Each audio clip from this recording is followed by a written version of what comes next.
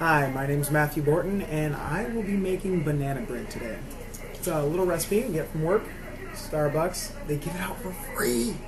A recipe. All right, and it's pretty basic. It's supposed to be pretty healthy for you. I've changed a couple things to make it less healthy for you, mostly because I like taste.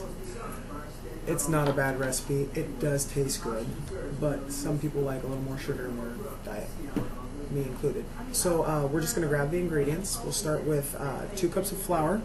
Now you notice it's a little different because it's not straight up flour. I added about half a cup. You can add a little bit less. Don't want to go too much more of whole wheat flour. Even healthier.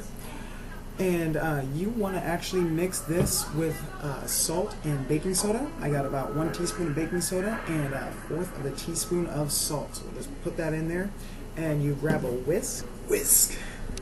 This helps create an even mix when you actually bake it all together. So the salt is not just sitting in one area, and there's the baking soda.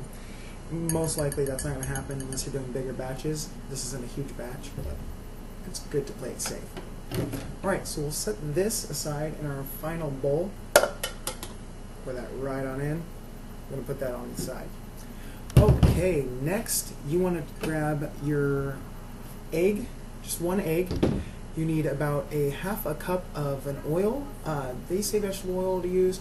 I like butter. It gives it a bit more flavor. You want to use a sweetened cream butter, which is nice.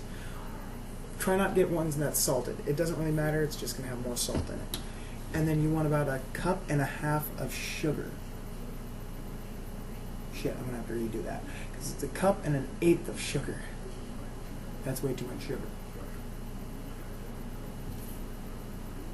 I'm going to edit that out.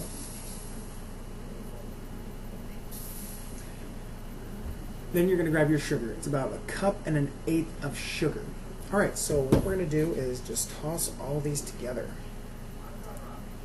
So the directions, just write on that card, say mix it or whisk it together. And this is actually called the creaming method, because you cream all these together, and while you do this it adds air to it. And adding air actually makes it a little more fluffy, helps out the baking soda, adds height, volume, all that fun stuff. It's okay to do all of this in a mixer, just, parts of it at a time. You can also do it by hand. This is a quick bread. It's done with baking soda. You don't need to let it sit or anything. So it's very easy to get done right away by hand. Alright, on to the next step. So you got your flour mixture, you got your butter mixture. So we mix them together. Oh my gosh, 2 mixtures in one. So you're just going to mix these by, well, not hand, that would be very messy, but with this here spatula. Once again, you can use a mixer to do this. It's very easy. Just use the paddle attachment and it'll mix it up. However, you'll notice I don't have a mixture because I don't have $350 to toss around. Eventually, one day, I will have a mixture and I'll be able to make so many things so much faster. But we're mixing this together, and they don't combine very easily right away, but just go at it, go at it, go at it. And like I said, time-lapse video, very nice to use. Okay, next we're going to add a couple more pieces to the puzzle. Okay, we are going to add buttermilk. That's another thing I don't like to waste my money on, because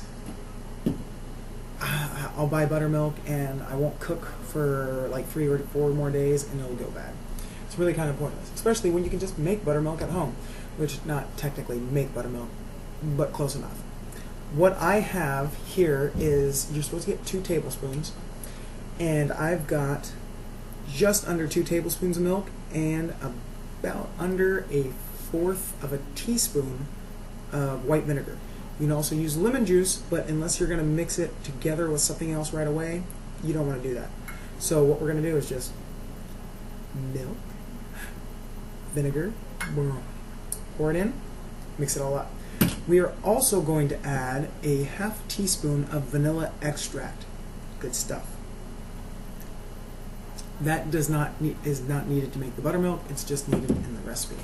So we're going to pour that in, And once again, just mix that right on up. Somebody said, I made it right in front of you and mixed it all up. Once again, you'd mix that on a paddle with the paddle attachment in your mixer. However, no mixer, paddle attachment. So I'm going to set this aside, move some of these little silver things you can see at the bottom of your screen out of the way. Then we're going to add the banana. Yes, it's been sitting there for a while, but it's pretty with 3 pieces of cut banana on top. What you want to do is grab some overripe bananas. It's got about 3 overripe bananas in here. 3 of them. I actually got about 2.5 because my bananas were rather large bananas. You know what they say about that?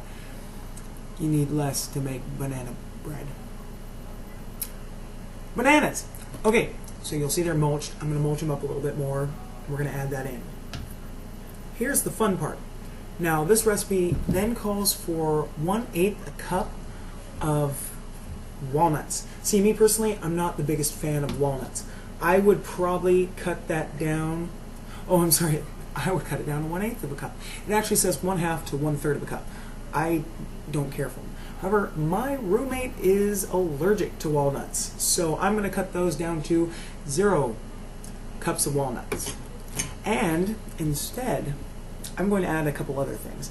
I'm going to add a little under, let's say, a pinch of cinnamon, which I added in there with the bananas. And I'm also going to add my favorite 2 items. Brown sugar, which is one thing I'll often eat on the show. Oh, it's sugary and bad for you, and you're not supposed to eat it on its own, but I just did. Brown sugar. Same with chocolate chips.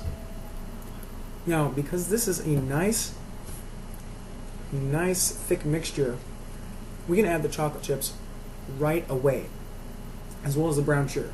The brown sugar, I did an 1/8 of a cup as well, and because I like my items a little sweeter.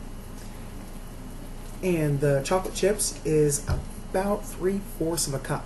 Once again, since this is a thicker mixture, we're going to put the chocolate chips in right now. If it's a thinner mixture, which I've seen many recipes that are, you're going to want to put them in the last thing before you bake it. Because if not, they're all just going to sink right down to the bottom and stick there, and you'll have a very hard, albeit tasty, chocolate bottom. Not that kind. Although that's a nice chocolate bottom, if you know what I'm saying. Wink! Alright, so we'll just toss the chocolate chips in, and